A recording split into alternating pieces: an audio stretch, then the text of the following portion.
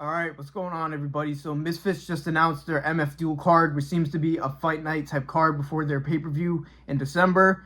And there's been some mixed reactions about the overall card, but I think for a non-pay-per-view, it's perfect. So what I'm going to be doing is talking about all the fights in the card and giving my reaction to them. But real quick, before I get into the video, 94% of you guys aren't subscribed, so look for like Misfits Boxing, Pro Boxing, or UFC content. I post 2 to 4 times a week on this channel at least. So make sure you guys subscribe. I appreciate you.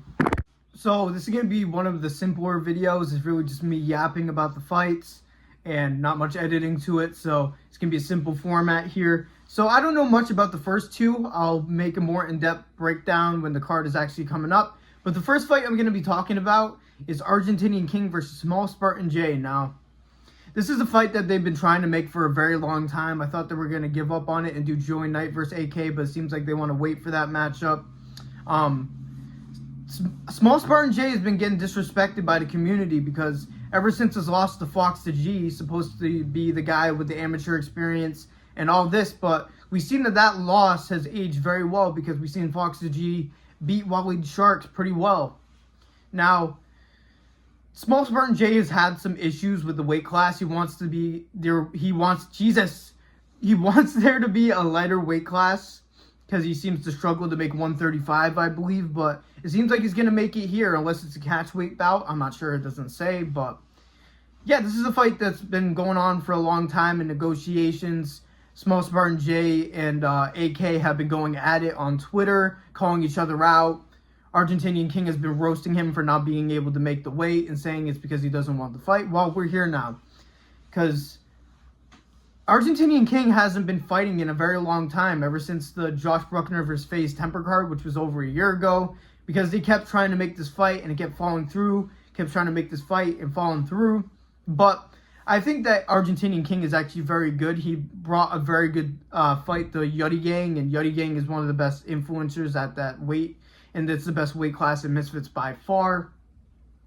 So I definitely got Argentinian King here. I think that Jay might be able to box him because, again, he is disrespected, but I think Argentinian King has some real power, and that is a problem for Small Spartan J. Even though we've really seen it against Fox, he is coming off a win against Raheem. I'm not sure what that was, but I just saw that. So Argentinian King is coming off a long layoff. I don't know when Small Spartan J's last fight was. I missed that fight, but I'm excited for this one. This is very important for the division. It seems like it's a main focus for this card is fights that need to happen for the motion of the divisions, since the divisions have been at pause because of Dean refusing to fight Cray Cray, which we'll get to Cray Cray's fight at the end. But I like this fight, but I got AK. Next fight, Jahan Ingram versus Joseph Rivas. Now, this is actually a pretty good matchup. We know that Jahan Ingram is one of the people that Misfits is trying to build as a Misfits pro. And now he's facing somebody that's 9-1. This isn't a gimme matchup, but even though going through Joseph Rivas' box rec, he hasn't really fought any competition either. So this might be a test for them both to see where they're at. So I really am a fan of these Misfits Pro fights. I feel like it's a great mix-up on the card because it will bring in some of the boxing fans and some people that might be fans of the fighters that they signed in general. I think it's a great mix-up to have the balance of the debuting influencer fighters, the crossover fights, and the MF Pros. I really am a fan of it, and I think it's great. And Misfits MMA seems cool, too. We'll see if they keep doing it. There wasn't a Misfits Pro or a Misfits MMA fight on this card, but I think they might save it for Dubai for Eddie Hall versus Dylan Dennis. But I would like to see if they could do it with somebody that's not Dylan Dennis and, like, whatever. But they decided not to. It is what it is. It is what it is. So, yeah, I don't have much to say about this fight besides the fact that this is going to be very important for Jahan Ingram, and it's going to be a statement win if he could do it convincingly. I'm excited for it. B-Dave versus Rod Stewart's son. Is it just Rod Stewart's son? Is that just the entire pull of this fight versus B-Dave?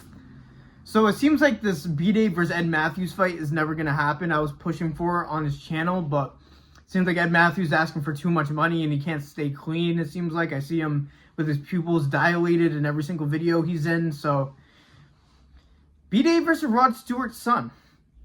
I couldn't find anything about him. I was looking everywhere. I couldn't find anything. Nothing.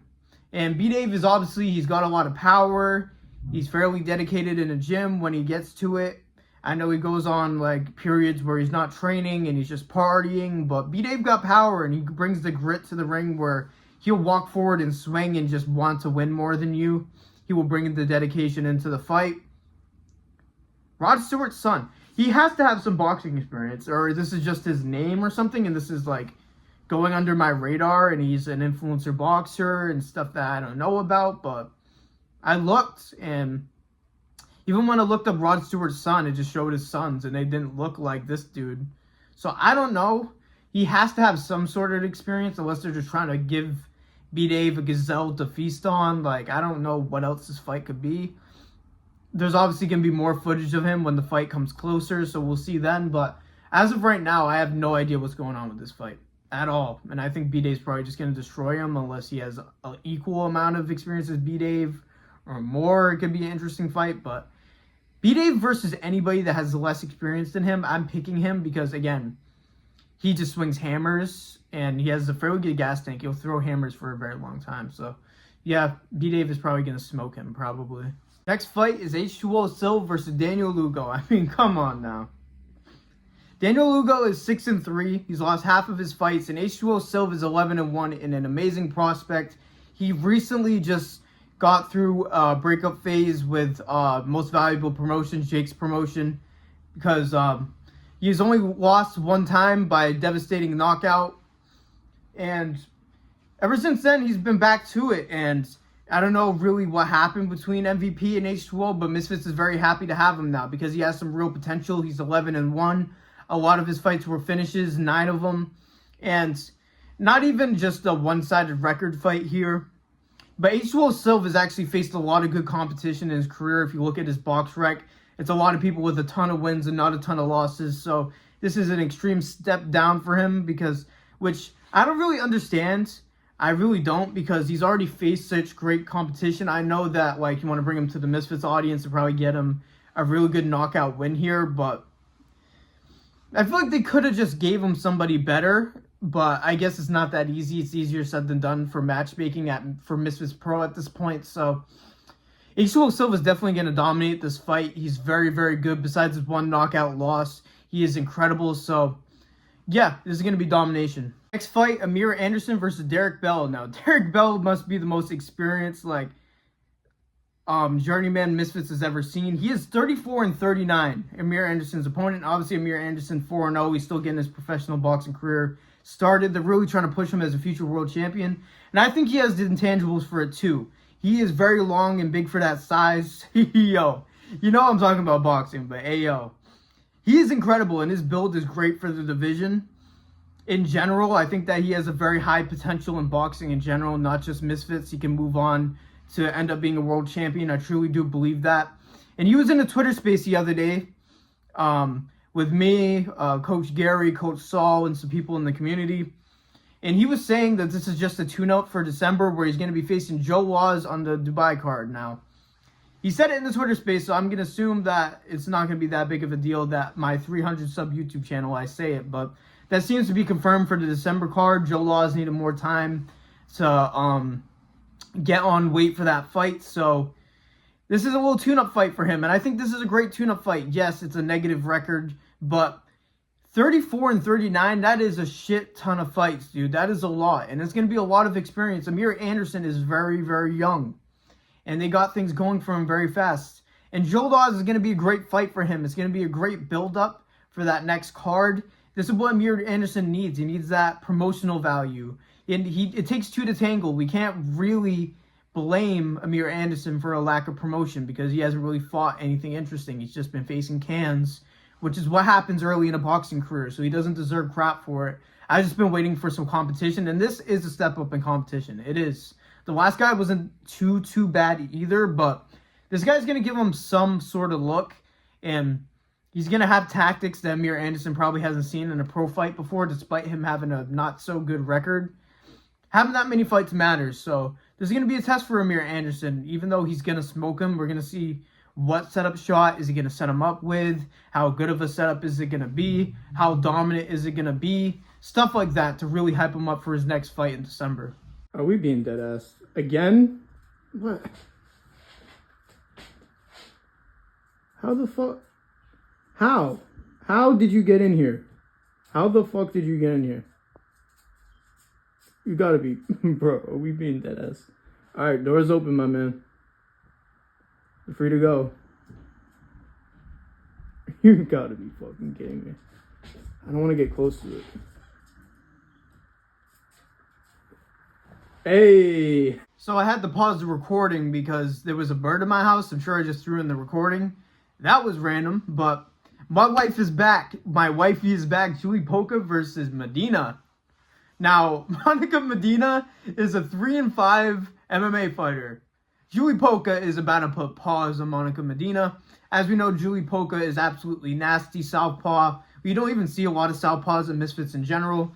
Julie Polka got MMA experience, boxing experience. She's a full package, what I gotta say. I'm gonna start blushing. Shit. But we know she's beautiful. I don't gotta keep saying it. I don't even think that's relevant to the fight, to be honest. But that's wife material right there. And Monica Medina actually better not put a hand on Julie Polka, even though that's the point of the fight. But you know what I mean? Nah, but seriously, Julie Polka is about to smoke this girl. Like, Julie Polka is getting ducked by everybody. They're trying to make the Chris Cyborg fight. That doesn't happen. None of these influencers want Julie Polka. She's just on a whole different level. She's got power. She can change angles. She can move off center line and throw a straight right down the pipe and knock you out. She can do all that. She is very, very good for her level. And nobody's going to touch her for a very, very long time until they put her up against pro boxers. She's not going to have much of an issue at all. Julie Polka is legit and fine. So I got Julie Polka for sure. So she's going to win by devastating knockout. Now for the co-main event. This has got to be the most random fight they have made in Misfits, or at least up there. Andrei Arlovsky versus Kells. Now, I think this is sick in a way because, I don't know, it's just like a normal, like one of the like many Misfits boxers just against a UFC fighter. I feel like that is really cool. I'm not going to lie. Even though this is a random matchup, I like that they're doing stuff like this. They signed Gustafsson. I guess they signed Arlovsky and I missed it. So Andrei Arlovsky was also a striker in his UFC career, so he's not like Kells is out there facing a grappler. He was known for his footwork and his reach and his boxing mainly, and also his kickboxing, but obviously he's not going to be kicking in there. That would be a bit of an issue. And Kells is 1-1. He beat Big Tobes by knockout. That was a devastating knockout at the time. And he also lost to Chase Demore, which was probably one of the worst fights in Misfits history. To be fair, they both gassed out and barely landed the entire fight. That fight was awful. But this is a great opportunity to Kells to make a real name out of himself. Even though Andrei Arlovsky is like 36-24 in his UFC career, this is going to be a tough fight for him. Kells is not very experienced in boxing. And like I said, Andrei Arlovsky comes from a kickboxing background, so he's going to have experience, even though it's a bit different.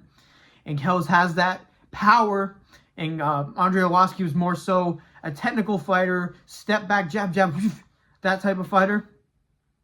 I think this is very cool, especially for a non-pay-per-view card, to have a fight like this, even though I think it's random and people say, why Kells? It's because this division needs motion very, very badly. Heavyweight in Misfits boxing is struggling right now. They have absolutely nobody.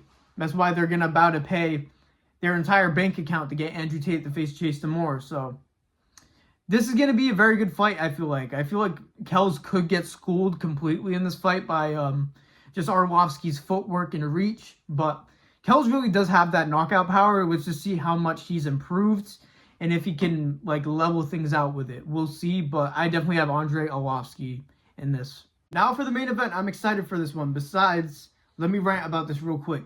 Dean the Great, man. This is bad for Misfits too, because now they think that the fighters are going to believe that they can push Misfits around. There was a whole tournament to face Dean the Great, and Dean the Great is just avoiding Lil Cray Cray, and Misfits is just letting it happen, basically. And they're going to give Dean the Great Vargas on the next card, and they're going to move on like nothing happened. And I think this is for the title, so Dean vacated the title. I don't understand how that makes you look better avoiding a fight. Even though Vargas is not an easy fight either. Man, this is just dumb. And Misfits letting their fighters push them around like this. Dean isn't even their biggest asset in the company, and they just let him walk him around like this and give him what he wants, even though it should have been a mandatory thing. Like, no, you're facing Lil Cray Cray or else you're getting nothing. That's how they should stand on business, but they must not feel power as a company over their fighters right now because, again, Dean isn't one of the top guys name value-wise. He's one of the most, and probably the most talented and most skilled, but they're going to let him push him around, but I'm not going to vent about that too much. Let's talk about Lil Cray Cray versus Fox the G. This is sick. Shout out to Fox for taking this fight. There's a major skill advantage again, and I'm not ignoring it this time. I got Fox, even though I think Lil Cray Cray beats Dean, and that might seem a bit hypocritical to you guys at home. I think styles make fights, and I'm done doubting Fox. His work ethic is clearly different. He straight up moved to the UK with Coach Saul and has been constantly working. I've heard that he's always on diet. He's always working, and he's just dedicated to the craft, man. He started off as a fan like me and just started absolutely going off, and I don't know, I said it twice, and absolutely grinding and training. I respect the hell out of Fox, and I'm not count him out this time. Even though Lil Cray Cray's footwork is going to be way better than Waleed's, he's not going to be as easy to hit. We'll see if my pick changes closer to the fight, but I'm just done doubting Fox, man. The way he was able to catch up Waleed skill like that. And, bro, people are so annoying saying Waleed Sharks is washed. Waleed Sharks is, like, in his early 20s. What do you mean he's washed? That's not how things work. That's not how things work. He's not past his prime. He's not 35 years old. Fox the G has just been working his ass off. And I guess because he's a white boy with braids, I guess they just don't think he's going to be good at fighting, even though that's a logical thing to do with long hair. And if I'm ever in Misfits, that's probably what I'm going to do. I guess there is just territory that comes with that hairstyle, I guess, and they think you're a bum and think that you're cringe for doing it. Fox, if you're somehow watching this, I feel you, my man. That shit's dumb. And this is not just me being biased because Fox the G has showed love to my channel before. I truly believe that he has one of the biggest ceilings in Misfits, and I feel like if you beat Fox, you got to get him out of there. Coach Saul said it in the Twitter space the other day. If you're going to beat Fox, you got to kill him. You got to knock him out. And I think that's true. I truly think that's true. And I've seen people in spaces that Fox is going to gas out and all this. I don't think that's a factor because he really is dedicated to him. I don't think Lil Cray Cray has the power to put away Fox. Unless he unloads like a 10-piece combo and he gets waved off, I don't think he's going to get stopped. I think Fox has great movement also, even though it's a bit in and out, in and out, in and out. Lil Cray Cray may give him issues with his footwork, but besides that, Fox's reach, his physical advantages, I think whoever dictates the pressure in this fight and pushes the other back will win this fight 100%. And I don't see Fox making a backstep in his fights. I think he will when it makes sense, and he will box in the middle like he did with Waleed. He's not going to absolutely just retard swing on Lil Cray Cray, because that's what people thought he was going to do against Waleed, and he legitimately was boxing with him, moving his head, slipping punches, putting his head off the center line, jabbing, working. I think this is going to be a great performance by Fox, and then all of a sudden we're going to get Dean versus Fox the G, which is an incredibly big fight, but man, I just feel for Lil Cray Cray. And Fox the G could have more fights in between these fights against these top contenders, but he proved himself against Waleed. So, yeah, I got Fox in this fight for now. Maybe my prediction changes. I don't want to be too biased because he showed love to the channel. He might even be watching this video right now. But I got Fox, man. Let me know if you guys disagree, but I think his physical advantages, his speed, and his progression is going to be even better from his last fight. So, I just don't think Lil Cray Cray has that X factor to get Fox out of there, and that might be what it takes, because Fox's pressure will just win him rounds. You know what I mean? So, I think this is a great fight. This is a great main event for a non-pay-per-view card. I said they need to trust their guys to main event for these cards, and that's what they're doing. They're trusting Andre Arlovski versus Kells for a co-main event. I really like that for a crossover fight. I think that's very sick for an out-of-nowhere fight. So, I think this card is very good. But those are my overall thoughts on Misfits Duel. This is a filler card in between December's card, Misfits 23, and I am absolutely for it. I think this is going to be great. A lot of people were complaining about the name value on this card, which is just complaining just to complain, to be honest, because if you go through the fights, it's going to be a lot of good fights. The MF Pros, even though they seem like some of them are one-sided, are going to be good. B-Dave always brings an entertaining fight. Julie Polka is one of the most slick, entertaining boxers that Misfits has in the female division. Andrei Arlovsky coming onto Misfits, maybe potentially fighting a couple fights if he beats Kells. Maybe facing the winner of Chase Moore versus Andrew Tate. We'll see. And this is overall like matchups that needed to happen for Misfits, that needed to happen for a long time. These divisions were on hold for a very long time, so we're going to get future contenders, future matchups from this card. So this card needs to happen, and it's non-pay-per-view. So I don't know why people are complaining. If this was a pay-per-view card, I would totally get it, but for free on DAZN with a subscription, get a DAZN subscription. Not sponsored by DAZN, but I would absolutely love it. But it's worth it, man. You get a lot from this subscription, and we get cards like this. So I think this is like a 7, 8 out of 10 card. I think people might call me crazy for that, but I genuinely think that the fights will play out very well, and it won't be like a Misfits Tennessee card where one person in the main event doesn't make the walk, there's a bomb threat.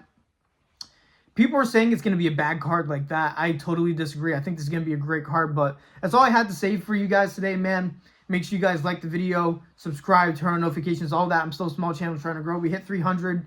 I'm not going to celebrate it too much because, like Obi said, job's not finished. I'm not going to be satisfied until I'm getting paid for this channel. Then I'm not going to be satisfied until I'm making a lot of money for this channel so I can support my fam. So we're going to be working here, grinding regardless. So I appreciate all of you showing love to this channel. You're really doing something early in this channel. Every single like, every single sub, every single comment matters. So I appreciate you. I really do. Thank you guys for listening to me yap like usual. God bless every single one of you. And peace out.